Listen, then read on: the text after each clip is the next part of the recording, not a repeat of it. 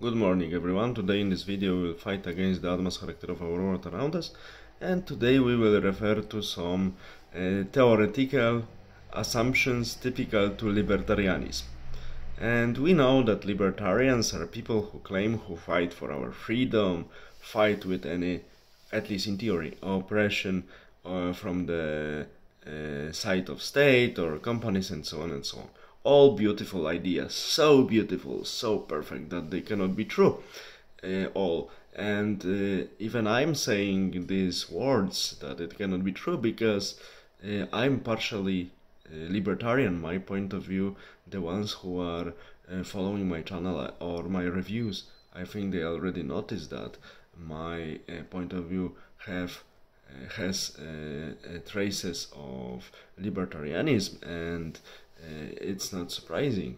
And why I'm against libertarian theoreticians, I will tell you why. Because I recognize the unrealistic assumptions of pure libertarianism. For instance, many libertarian thinkers, these extreme ones, they are in most cases prone to go to extremes with their claims. Libertarians, I mean, they claim that when we are born we are registered, when we apply to some places we give some of our freedoms, when we join some communities or some place of work we also give up some of our freedoms, so we are slave. The most common words they use alternately in their speeches is freedom, slave, and oppression. Of course.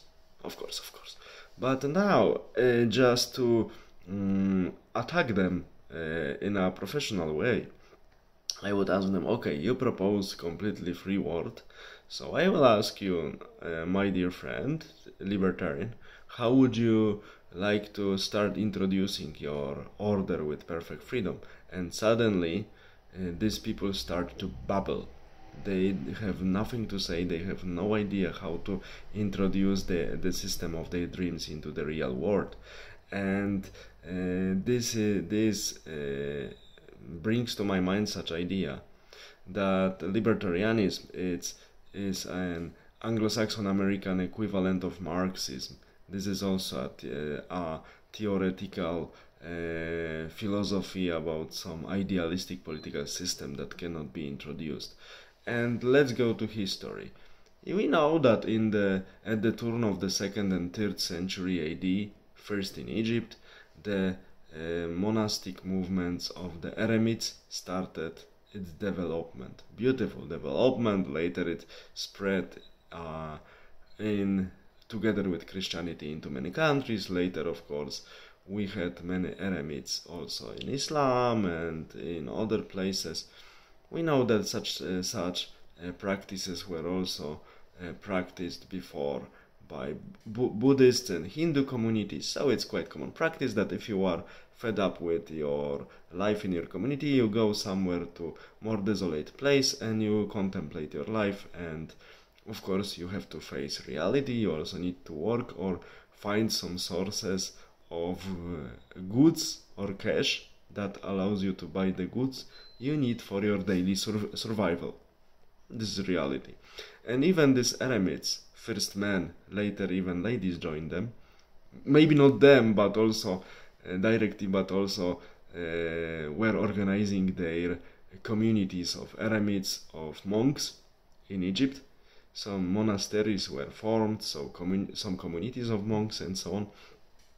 And these communities, of course, they were relatively isolated from the main cities and villages, but actually they were tightly collaborating with them, especially with craftsmanship that these monks were doing. They were also plowing the soil and having the agricultural production. They were trading with the cities and villages. Sometimes the wandering monks were teachers, preachers, and so on. So as we see, they were not completely isolated from the society they theoretically abandoned, or their predecessors theoretically abandoned first. So we can say that pure libertarianism, simply even in such conditions like late antiquity, couldn't exist. That even these monks were connected with the communities they theoretically left before, selling them their craft production of their craftsmanship, like baskets, like pottery, like other products of daily use. And they were also cashing on it. Later they were buying the goods they couldn't produce on their own. So we see that there was never this complete isolation, complete freedom the libertarians dream about, even in such conditions like eremites, who in theory live in complete isolation from the society. We see that this isolation was, is, and will never be complete. So this is a theory. So very often, especially in the internet, we hear the cry of many libertarians how the state or corporations are trying to enslave us. I wouldn't say enslave, limit our freedoms, because if we look at the life of the slaves in the past, antiquity, or even south of US or any other places, at least work of the slave was regarded as needed. But now many people in universities or corporations, their work is not needed and they can be easily replaced, and we can say what we want, if we like it or not. At least in the previous times, a slave had, like it or not, but a sort of permanent position of his employment. Nowadays, not so many people, and even fewer and fewer with time, less and less, have such guarantee. So we should really rethink whose life was less secure or more secure. Okay, but this I leave my spectators to decide on their own. I have my own opinion. And coming back to the topic, we have to say that all of these theories and cries of libertarians that we are enslaved, one can say there is an always of social agreement that we give up some of our freedoms for a sort of safety the properly functioning state can give us, and some of the environment within which we can act and we can work and we can develop ourselves. The only thing we should always do is to remember that freedom is endangered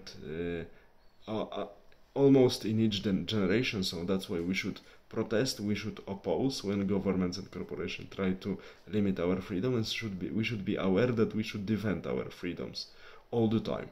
And this is what we should do if we want to preserve this what we already have. And just before I finish this video this time, I have to notice that somehow these libertarian theoreticians that internet is full of, they are somehow not so eager to go even out of the cities in which they live and follow the way of Egyptian eremites from the end of 2nd and beginning of 3rd century AD and start their lives as monks, eremites. Somehow they are not so eager to do it, and I don't see that they start doing it. They just prefer whining and complaining and crying instead of doing something. So we see that they are here they meet with Marxist typical complaining, theoretizing about the ways how bad world is and what we should do to improve it, but somehow they have no idea how to introduce their postulates into real life, and somehow they do not want to try to implement them into the real life on their own. So we see what really pure libertarianism is. Some of its traces are good, but they also have to be implemented with care into the real life. And if they are no longer of use, they should be removed from our daily operation. This is how I see it. All the best. Have a nice day. Bye.